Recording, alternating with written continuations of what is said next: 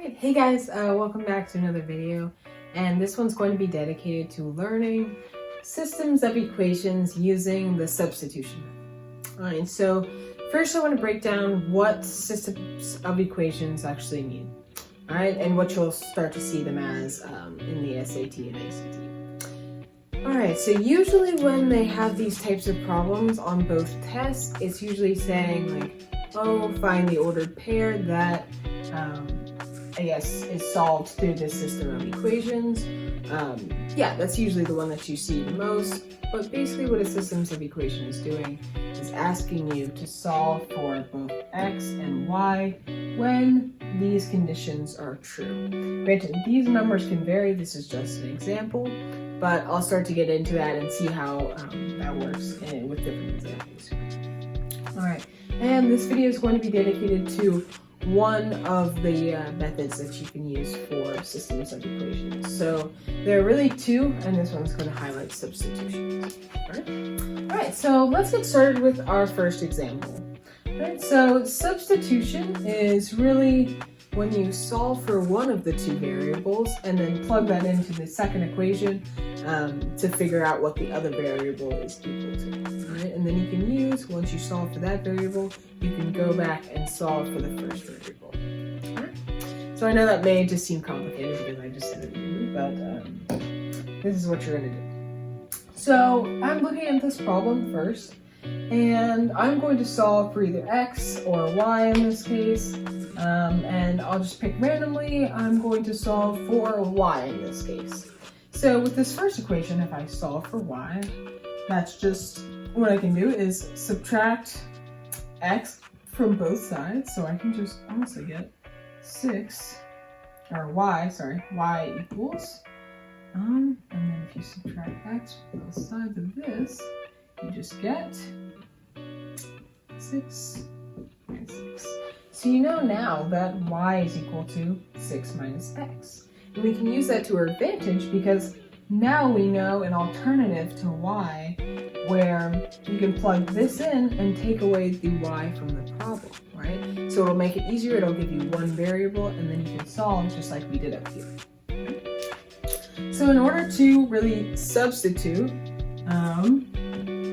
this is what you can do. You can rewrite this second equation as plus, and then you're not going to write y here because you have an alternative for y in this case, because you just solved for what y equals according to x, right?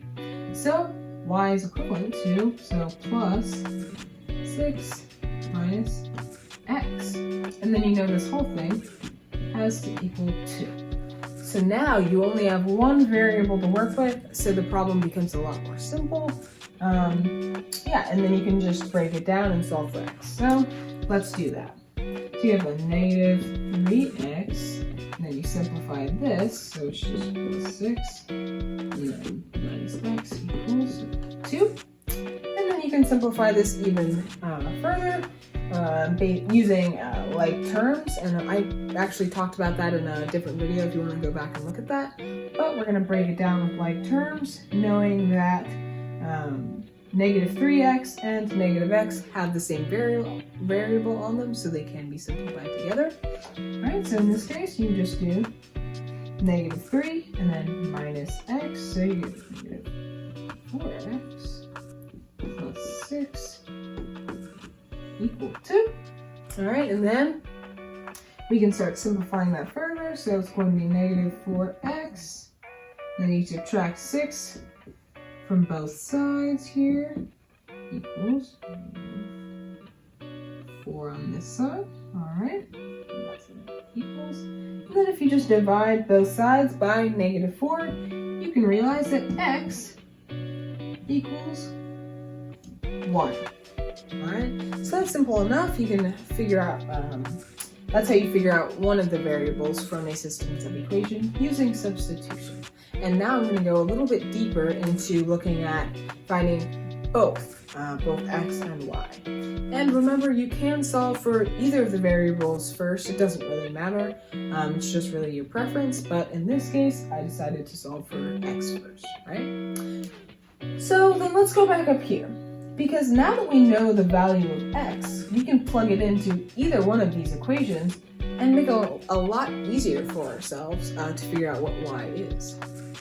So let's do that. So I'm going to plug in x, or I'm going to plug in really 1 for x in either of these, and honestly, it's your preference which one you put it into, but I'm going to pick this top one because it seems pretty easy to plug it back into. Right, so it's x plus y equals 6, and then you know that x equals 1, so you can just say 1 plus y equals 6, and then subtract 1 both sides when we're solving for y, and then that gets you the fact that y equals 5. Alright? And that's how you would solve using substitution. And a quick recap of how you do substitution.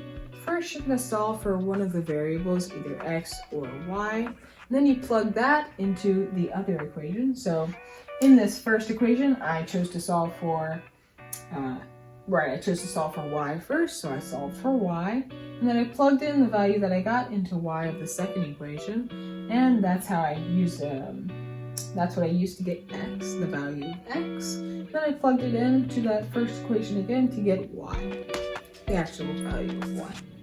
Right, and they may take it a step further, which is basically saying, oh, what ordered pair fits the solution? And what they mean by that, I know I talked about it in another video of what an ordered pair is, but it's just on the coordinate plane with the x-axis and a y-axis. It's the point that you plot, right? So this first value is the x value, and the second value is the y value. And in this case, we've solved for both x and y. Alright? So we know that x is 1, and we know that y is 5. So if they asked us for our ordered pair, 1, 5 would be that ordered pair. Simple enough. They just try to confuse you with that. I hope you guys learned something from this video. Let me know if you have any questions, and I hope it helped.